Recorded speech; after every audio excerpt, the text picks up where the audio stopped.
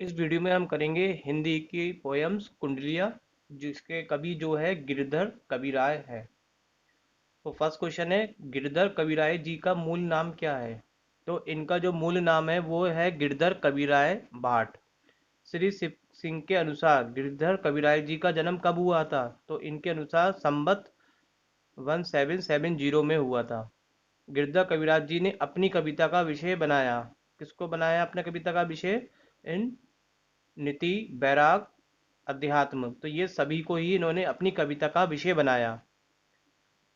यहाँ पे कुछ वर्ड मीनिंग सबसे पहले हम कर लेते हैं, तो वर्ड मीनिंग होंगे तो क्लियर हो जाएगा। गहरी का मतलब गहरी, नारी का मतलब नाली, छाड़ी का मतलब छोड़कर, बाठी यात्री, कमरी कंबल, थोड़े दाम कम, खासा वक्त। तो आप ये यहाँ पे सब देख लेंगे, यहाँ पे लिखे हुए हैं। इसी के बेस पे हम यहाँ पे जो हमें पैराग्राफ दे रखे हैं उसके हम मीनिंग्स क्लियरली कर पाएंगे। तो देखिए फर्स्ट है आपका, लाठी में बहुत सारे गुण होते हैं तो सदा रखिए संग, इसलिए इसको हमेशा सदा अपने पास रखना चाहिए।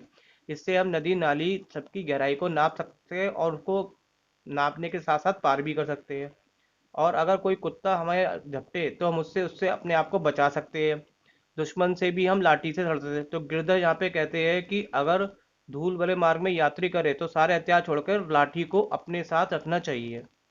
तो क्वेश्चन इस पे है कि जोए का अर्थ है, जो कि मैंने अभी आपको बताया कि जो दोनों ही ऑप्शन सही है। तो इन्हीं दोनों ऑप्शन को मैंने इसलिए लिखा है ताकि आप इस पैराग्राफ का अर्थ को बहुत अच्छे से समझ जाए, क्योंकि पैराग्राफ के अर्थ क्लियर होंगे तो आपको सारे क्वेश्चन करने में बहुत आसानी होगी। तो ये दोनों का जो है ए और बी दोनों सही है, क्योंकि इस दोहे का अर्थ है। इसी दोहे पे देखिए क्वेश्चन है, नारी दावागीर छाड़ी के शब्द। नारी का मतलब नाली, दावागिरी का मतलब सामना, छाड़ी का मतलब छोड़कर। तो ये इसका करेक्ट आंसर ए है। कमरी थोड़े दाम की, कमरी बोलते कंबल, कंबल बहुत थोड़े दाम की आती है। और ये हमारे खासा मलबल वागता है, यानी कि बहुत जो कीमती कपड़े होते हैं उनको हमारा ध्यान रखती है, यानी कि उनको धूल और पानी से बचाती है। और यदि हम इसको मोड़ ले, गठरी बना ले, तो रात हो जाने पे कहीं भी इसको बिछाकर हम सो जाते हैं। तो गिरधार कवि कहते हैं कि कमरी बहुत ही कम दाम में मिलती है, लेकिन इसमें बहुत गुण होने के कारण हमें इसे अपने साथ रखनी चाहिए।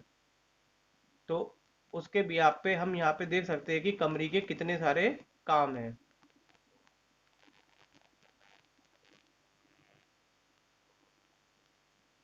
तो यहाँ पे इस दोहे का अर्थ ये हो गया, कंबल बहुत कम दाम में मिल जाता है, ये हमारे बहुत काम आता है। उत्तम प्रकार का कपड़ा, महंगा कपड़ा को धूल और पानी से रक्षा करने में काम आता है। इसकी गठरी बनाई जा सकती है और रात पड़ने पर इसको झाड़ कर बिछाए जा सकते हैं। तो ये आप इस पे देखिए, छोटी सी कमरी किस काम आती है? तो छोटी सी कमरी हमारी इस काम आती है, कीमती कपड़ों को बचा के रख सकती है। तो ए ऑप्शन इज करेक्ट। बकुचा बादे मोट रति को जारी बिछावे, इस पंक्ति का क्या आशय है कि कीमती कपड़ों की गठरी बनाकर इसमें रख सकते हैं और जरूरत पड़ने पर इसे हम ओढ़ भी सकते हैं।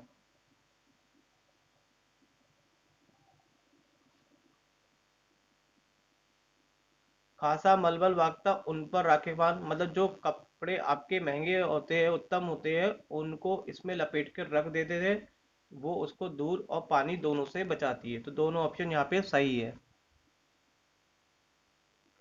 गुण के ग्राहक सहस नर, गुण का मतलब हो गया यहाँ पे, सहस का मतलब होता है हजारों, कोए का मतलब हो गया यहाँ पे काक का मतलब हो गया कौआ, और कोकिला का मतलब है यहाँ पे कोयल। अपवावन का मतलब हो गया अपवित्र, और यार का मतलब हो गया मित्र। देखिए यहाँ पे है कि गुण का मतलब जिस व्यक्ति में गुण होता है उसके हजारों लोग मित्र होते हैं और सम्मान करते हैं, और जिसके पास कोई गुण नहीं होता उसके पास कोई नहीं आता। जैसे एग्जाम्पल कोआ और कोयल का लेते हैं, तो सब लोग इन दोनों को सुनते हैं, लेकिन कोयल को सब सुनना चाहते हैं, कोयल को कोई नहीं सुनना चाहता, जबकि दोनों का रंग काला होता है। तो इस दोहे का एक्चुअल में सब अर्थ क्या है? सर्वत्र गुणी व्यक्ति का आदर और सम्मान होता है, गुणों के प्रशंसक हजारों होते हैं, पर ऐसे व्यक्ति को कोई नहीं पूछता जिसमें कोई गुण ना हो। इसलिए व्यक्ति को अपने गुणों का विकास करना चाहिए। दूसरा, कोया और कोयल का रंग दोनों का काला है, परंतु कोई भी कोयल को उसकी कर्कश आवाज की वजह से पसंद नहीं करता। कोयल की मधुर आवाज ही सभी को अच्छी लगती है। तो व्यक्ति में गुण होना बहुत जरूरी है। कागा और कोकिला में कौन सी बात समान है? तो दोनों का रंग यहाँ पे काला है, ये दोनों में एक बात कॉमन है। और दोनों में कौन सी बात यहाँ पे क्या है, असमान कही गई है। तो दोनों बोलते हैं, ये तो समान हो गया। कौवा की आवाज़ जो होती है वो कर्कश वाणी होती है, उसको कोई सुनता नहीं है, सुनना अच्छा नहीं लगता। और कोयल की वाणी क्या होती है, मधुर। तो ये दोनों में असमानता है, डिफरेंस जिसे कह सकते हैं आप। साई सब संसार में मतलब का व्यवहार। देखिए, यार का मतलब होता है मित्र, और बिरला का मतलब है कोई कोई। देखिए, इस संसार में सब लोग मतलब के व्यवहार ही रखते हैं। जब लग पैसा गांठ में, जब आपके पैसा आपके पास होता है तो आपके पास यार मित्र वो आसपास ही डोलते रहते हैं। लेकिन जब आपके पास पैसा नहीं रहता है तो कोई भी व्यक्ति आपके पास नहीं आएगा, सारे मित्र भी छोड़ के चले जाएंगे। तो गिरधर कबीराज कहते हैं कि यही रीत है जग की। और बहुत कम लोग ऐसे होते हैं जो बिल्कुल निस्वार्थ भावना से मित्र बनते हैं। तो ये दो का अर्थ हो गया, इस संसार में सभी लोग मतलब से बातें करते हैं।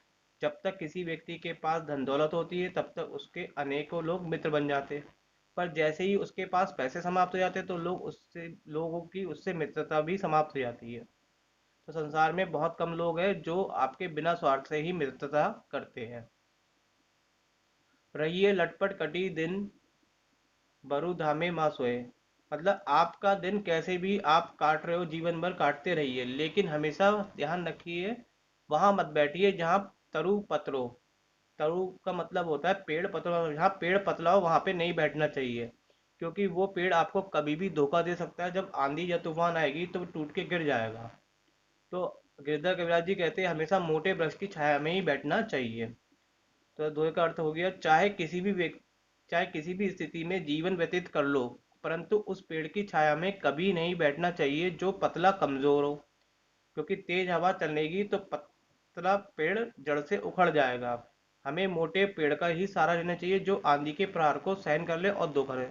तो गिरिराज कहते हैं कि हमेशा हमें समर्थ और बलवान व्यक्ति का ही सहारा लेना चाहिए, निर्बल का नहीं।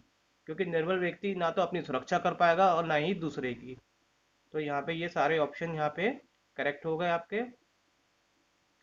मैंने दो को इसलिए लिख दिया ताकि अगर मैं कुछ बोलने में बात मेरी मिस हो जाती है तो कम से कम आप इसके यहाँ पे ऑप्शंस के द्वारा इसको पढ़ के दो का अर्थ समझ लेंगे, और अर्थ अगर समझ में आ जाएगा तो क्वेश्चंस कोई भी आएगा आप डेफिनेट रूप से इसको कर पाएंगे। तो यहाँ पे ये कंप्लीट हो गया। अगला नेक्स्ट है पानी। दो का मतलब दोने, उलचिले का मतलब बाहर निकालना। पानी बाड़े नाव में, पानी अगर नाव में भर जाए या फिर घर में बड़े दाम यानी घर में बहुत जरूरत से ज्यादा पैसा आ जाए तो दोनों को ही हमें बाहर निकालते रहना चाहिए।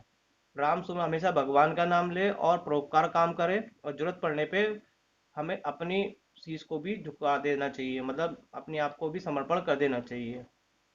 तो देखिए यहाँ पे पूरा अर्थ क्लियर करते हैं। यदि नाव में पानी भर जाए और घर में बहुत सारा धन आ जाए तो दोनों हाथों से उसे बाहर निकाल, यदि नहीं निकाला तो नाव डूब जाएगी।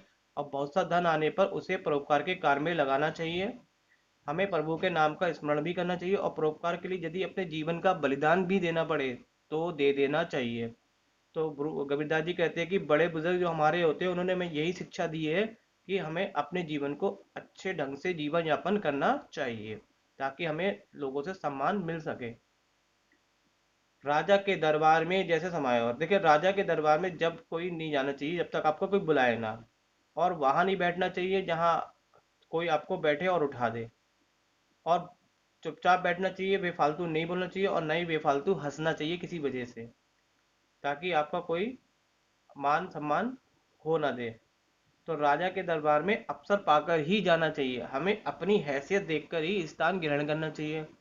और कभी किसी ऐसे स्थान पर नहीं बैठना चाहिए जो हमारा स्तर के अनुकूल ना हो। अनावश्यक रूप से कभी जोर जोर से नहीं हंसना चाहिए। जब हमसे कोई बात पूछी जाए तभी उसका उत्तर देना चाहिए, क्योंकि यही व्यवहार कुशलता है। तो कवि का संकेत है राजा के दरबार के नियमों का पालन करना चाहिए।